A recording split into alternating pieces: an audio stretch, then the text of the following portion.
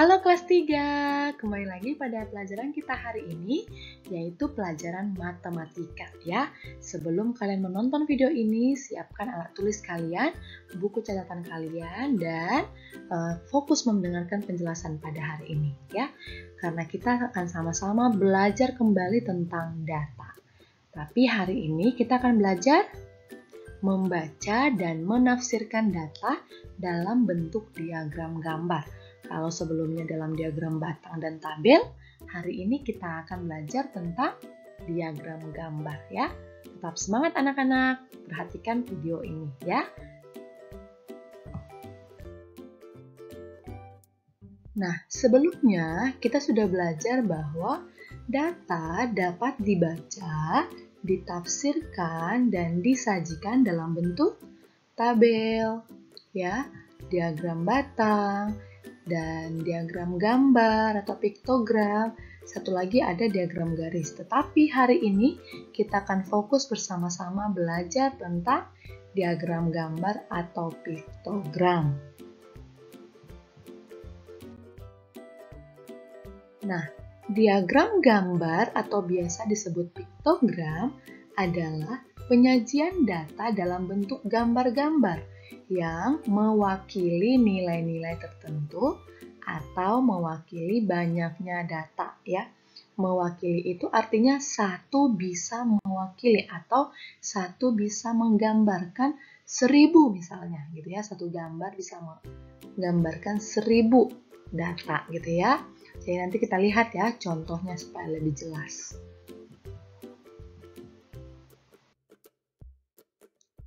Nah, sekarang kita nanti akan belajar yaitu membaca data gitu ya.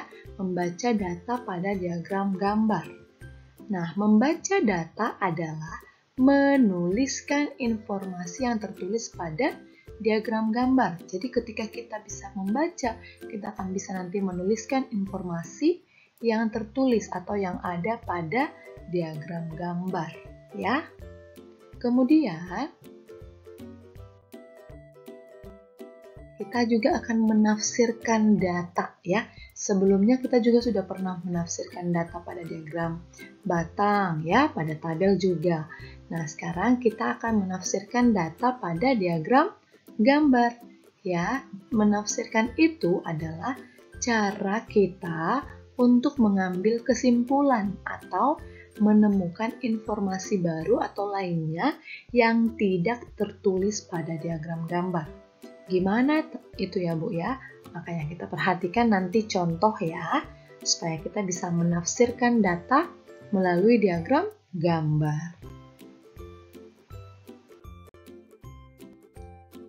Nah, data yang biasa kita temukan atau kita dapatkan dari tafsiran diagram antara lain data paling banyak ya, misalnya paling banyak menyukai pelajaran matematika gitu ya. Kemudian data paling sedikit atau paling sedikit menyukai olahraga tenis meja misalnya. Kemudian kita bisa tahu selisih data, kemudian kita tahu jumlah gitu ya. Kemudian kita akan tahu nanti tafsiran-tafsiran ini ketika kita belajar menafsirkan data pada diagram gambar ya.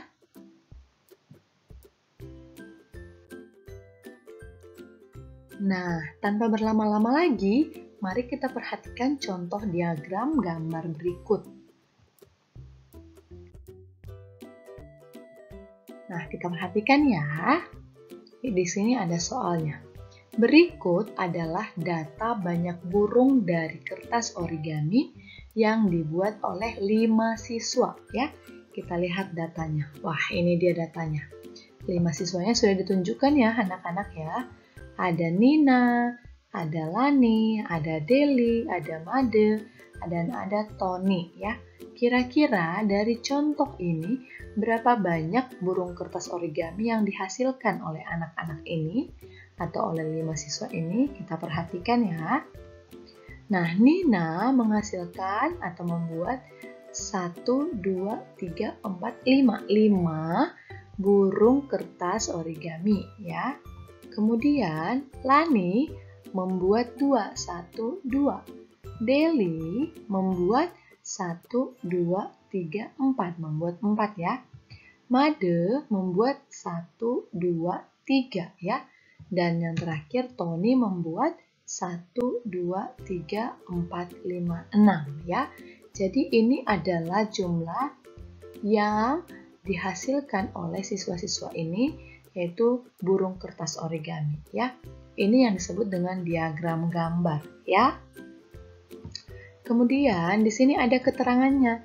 Jadi satu gambar ini, satu gambar burung kertas origami ini mewakili satu burung kertas ya. Jadi satunya itu mewakili satu gitu ya. Jadi Bu, kemungkinan apakah ada satu gambar itu mewakili 2 gitu atau 3? Ya, ada ya. Jadi perhatikan setiap keterangannya. Ketika kita belajar diagram gambar, yang paling penting kita memperhatikan keterangannya juga ya. Jadi satu gambar ini mewakili satu burung kertas. Nah, jadi kita bisa simpulkan ya. Kita tafsirkan dia. Kita bisa simpulkan bahwa berdasarkan diagram gambar di samping dapat diketahui informasi berikut. Yang pertama, banyak burung kertas yang dibuat oleh Made. Ya, ada 3 buah. Coba kita lihat. Ya, 1, 2, 3. Karena satu gambar itu mewakili satu burung kertas ya. Oke, yang kedua, siswa yang membuat kertas paling banyak ya, membuat burung kertas paling banyak yaitu Tony ya. 1, 2, 3, 4, 5, 6 ya.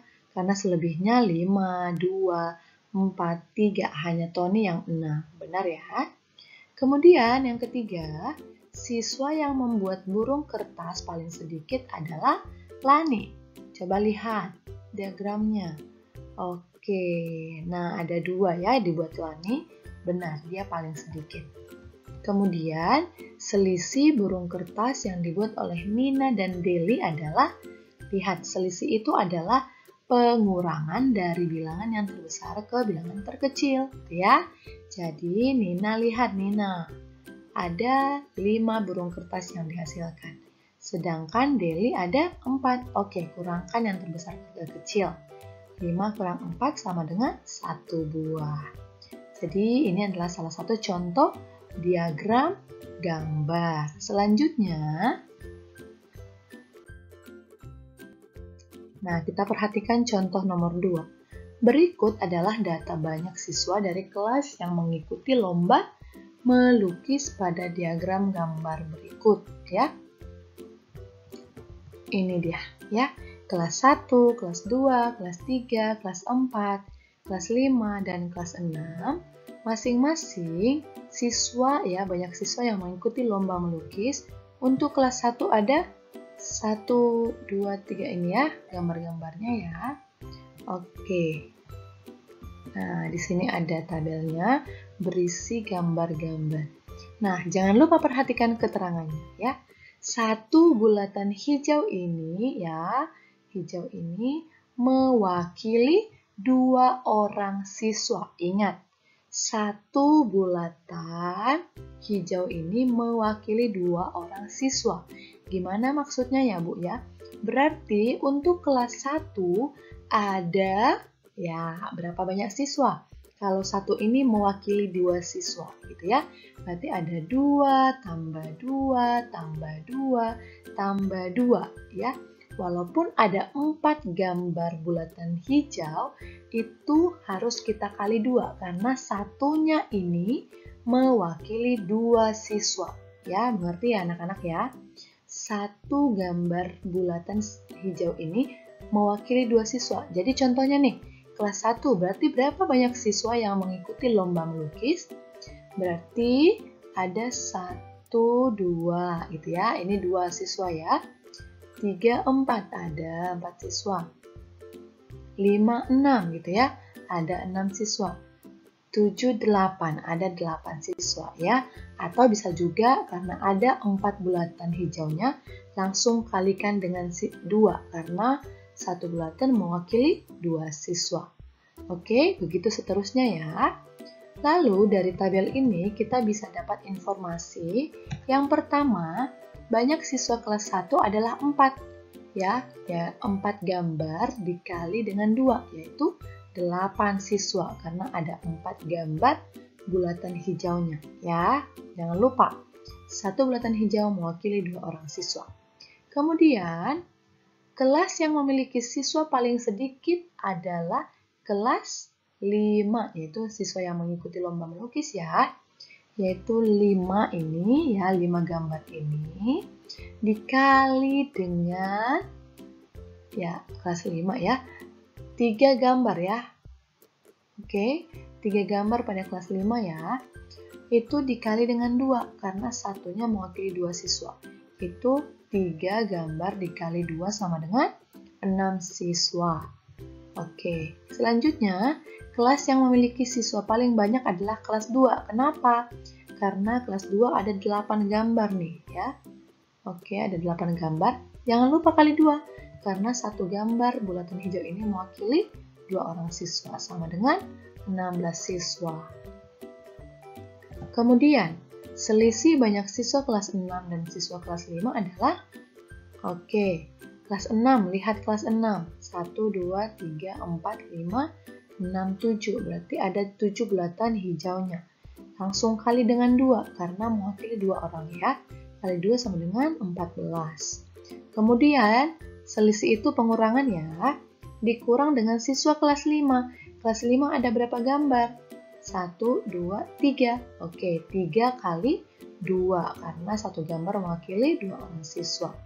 Sama dengan 6, yaitu kita kurangkan 14 dikurang 6 sama dengan 8 siswa ya.